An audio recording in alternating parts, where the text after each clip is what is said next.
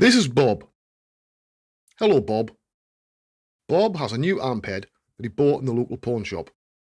This amp head has no speaker. Now this makes Bob unhappy. So Bob needs a speaker cabinet.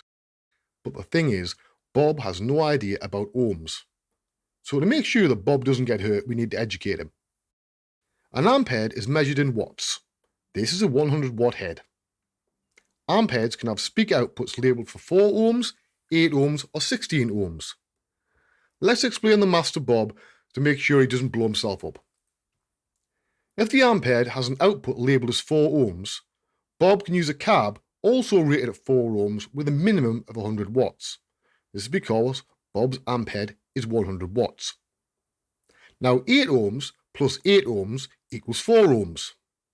So if Bob plugs a single 8 ohm cab into his head, it will output roughly 50% of its potential volume, which is about 50 watts. But if Bob uses 2 cabinets that are both 8 ohms, then these add up to 4 ohms. Now, provided both cabs are rated with enough wattage, they will output the full wattage potential of the amp head. If Bob uses a 16 ohm rated cab, then this will produce about a quarter of the potential output of his amp head, which would be about 25 watts. But if Bob had 2 16 ohm cabs, this would equal 8 ohms and would give about 50% of the potential volume.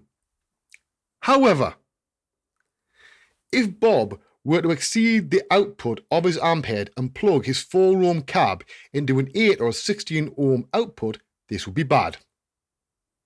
Bob would be damaged.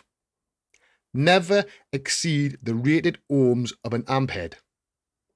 So while you can plug an 8 or 16 ohm cab into a 4 ohm output, you cannot plug a 4 ohm cab into an 8 or 16 ohm output. Never connect a speaker with more than double the output impedance of that amp.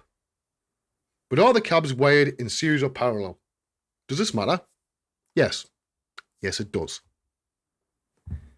If a speaker cab is wired in series, then you simply add the ohms of each speaker to get the ohm count of your speaker cabinet.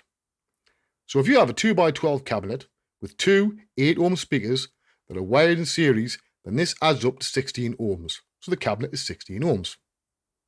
If you have another 2x12 speaker cabinet with both speakers being 8 ohms again and wired in parallel, then this means the total load of that speaker is 8 ohms. So if your speakers have the same ohm rating or are wired in parallel, simply take the single ohm rating and divide it by the number of speakers to find the total ohms. So Bob is now all set to not blow himself up. This makes Bob very happy. I'll see you all next time.